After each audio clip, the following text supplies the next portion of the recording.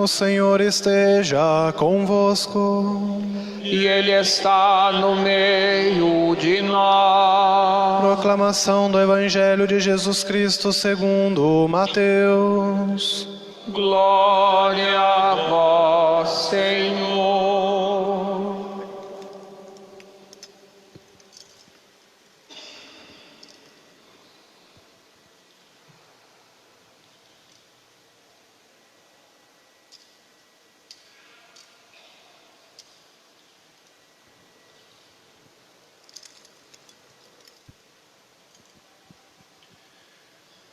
Naquele tempo disse Jesus aos seus discípulos: Não deis aos cães as coisas santas, nem atireis vossas pérolas aos porcos, para que eles não as pisem com os pés, e voltando-se contra vós, vos despedacem. Tudo quanto quereis que os outros vos façam, fazei também a eles. Nisto consiste a lei e os profetas. Entrai pela porta estreita, porque larga é a porta e espaçoso é o caminho que leva à perdição, e muitos são os que entram por ele. Como é estreita a porta e apertado o caminho que leva à vida, e são poucos os que o encontram. Palavra da salvação. Glória a vós, Senhor.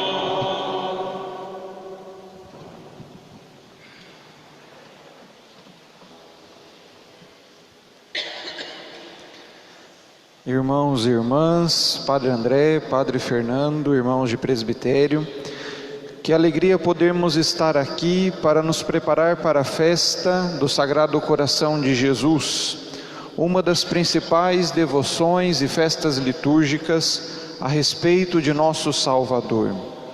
É momento de nós colocarmos o nosso coração em sintonia com o coração de nosso Deus, permitir que o nosso coração bata da mesma forma que o coração de Deus bate, para trazer salvação a cada um de nós. Assim, celebrar o coração de Jesus não é simplesmente celebrar uma parte do corpo do Senhor. Vivemos numa época em que muitas vezes esquartejamos a nossa fé e esquecemos de vivê-la em sua totalidade.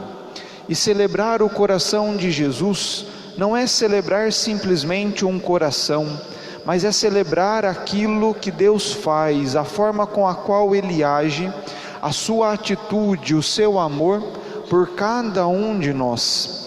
Lá na nossa piedade popular, eu quando era criança escutava muito na minha catequese uma canção do Padre Zezinho, que dizia que ele conhecia um coração tão manso, humilde e sereno, que revelava as coisas do Pai, principalmente aos pequenos.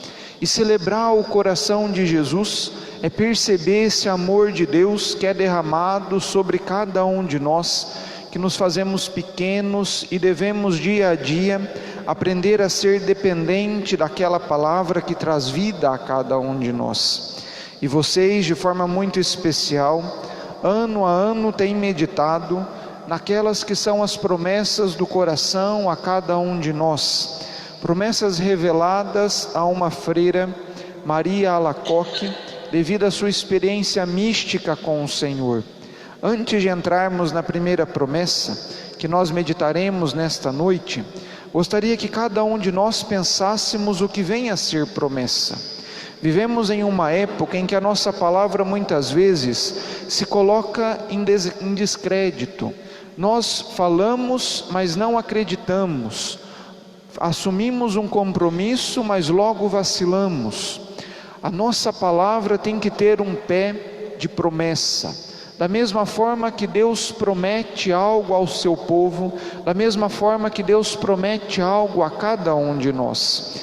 E quando buscamos o sentido de promessa no dicionário, entendemos que é algo que realizamos em vista daquilo que está no nosso futuro, daquilo que ainda está por acontecer. Para a gente entender bem o que é promessa, é necessário olharmos para a primeira leitura desta liturgia. Nesta semana começamos a ler o livro de Gênesis, e principalmente o ciclo que fala a respeito da nossa fé, da fé de Abraão, aquele que chamamos de pai da fé. E Abraão, além de ser pai da fé, é um homem que acredita, que faz da sua vida não olhando no presente, mas olhando no futuro e reconhecendo que uma vez que a palavra de Deus é dita, mesmo que ele não veja, ela há de se cumprir, pois ela é uma promessa que não falha. No relato que nós escutamos hoje, Abraão se desentende com o seu parente Ló, e aí ele propõe que cada um siga o seu caminho, que ninguém mais ande um ao lado do outro, mas que cada um tome o seu rumo. E aí vai dizer o autor que Ló escolhe o lado oriental, o lado que é sinal da vida, aonde corria os rios, aonde Deus fazia a vida frutificar. E Abraão fica com o lado de Canaã, aquela que viria a ser então a terra prometida. E mesmo assim, Deus faz a vida frutificar. Mesmo Abraão não indo para o Oriente, que na Sagrada Escritura é sinal de vida, Deus realiza uma promessa com Abraão. Fala que naquela terra a sua descendência há de cumprir. Abraão, ele de fato mora por pouco tempo na terra de Canaã e pouco vê a sua descendência. Vê o seu filho Isaque e não vê a multidão que se tornou o povo de Israel, e depois todos aqueles nos quais nós nos incluímos, que seguimos o Deus verdadeiro, o Deus da fé de Abraão. Desta forma compreendemos que uma promessa, por mais que nós não a compreendamos, por mais que nós não tenhamos ela visível no nosso olhar, nós confiamos porque é a palavra de Deus. E essas promessas que o coração de Jesus coloca e dá a cada um de nós, mostra que muitas vezes nós, não compreendendo a vontade de Deus, temos a certeza de que Ele permanece conosco. Pode ser que nós, ao experimentarmos cada uma das promessas do Sagrado Coração de Jesus, possamos ter a mesma experiência de Abraão, não ver de fato a nossa permanência na terra prometida, não ver a descendência que Deus dá, mas temos a certeza de que num futuro Deus não nos abandonará, mas se fará do nosso lado. Compreendido o que é promessa, podemos compreender a primeira promessa feita a Maria Alacoque. Ela diz que minha bênção permanecerá sobre as casas em que se achar exposta e venerada a imagem do meu sagrado coração. Vamos entender um pouco desta promessa. O que Jesus diz e promete a cada um daqueles que trazerem a sua imagem exposta em suas casas é bênção.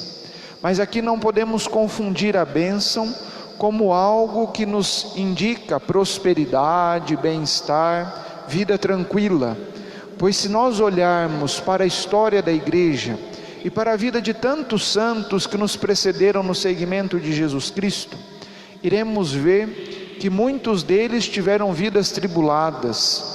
Muitos são os mártires, muitos são os santos que sofreram, e mesmo assim dizemos que eles são pessoas abençoadas, são pessoas na onde encontramos a presença de Deus. Assim, meus irmãos, bênção não significa tranquilidade na nossa vida, não significa bem-estar, prosperidade. Bênção para nós cristãos é perceber que mesmo diante das nossas dificuldades, Deus não nos abandona, mas se faz presente. Ele está do nosso lado a nos caminhar. Lendo um texto de um padre espiritual espanhol, ele dizia e recordava que quando o Filho, Jesus Cristo, morre na cruz, Deus se compadece, Deus sofre. Deus abençoou o seu Filho e não o abandonou na hora da morte. O mesmo acontece com cada um de nós. Nós muitas vezes, por causa de tantas coisas que o mundo nos oferece, por tantas coisas que são colocadas no nosso coração, no lugar da palavra de Deus, podemos ter a nossa visão turvada e não perceber a bênção que Deus realiza na nossa história. Fechamos o nosso coração e não somos capazes de ver que Deus continua do nosso lado, continua nos ajudando, nos amparando, para que possamos passar por cada uma dos obstáculos que encontramos em nossa caminhada.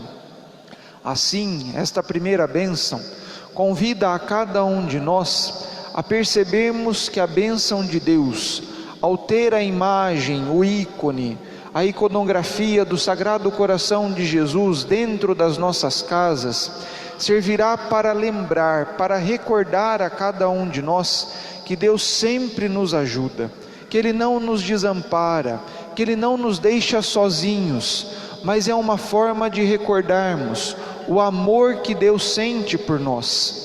Porém, ao termos uma imagem do Sagrado Coração de Jesus exposta para veneração em cada uma das nossas casas, de nossos lares, brota uma exigência moral.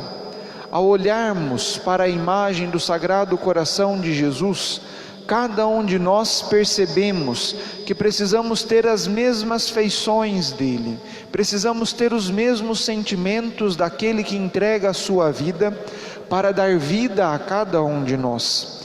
Me recordo quando era criança, minha mãe adorava ter foto. Eu acho que as mães sempre gostam de guardar foto, né? Mas em vez dela mostrar as minhas fotos de criança, ela gostava sempre de mostrar as fotos da época dela. E cada foto tem a sua história, tem alguma coisa diferente, alguma coisa peculiar. Ter a imagem do Sagrado Coração de Jesus é como cada um de nós revisitar os nossos álbuns de fotografias, ver aquelas fotos impressas, ou até mesmo aquelas que guardamos no celular, e recordar daquele fato, da ocasião daquela foto, da alegria de estar reunido com alguém para poder registrar um momento.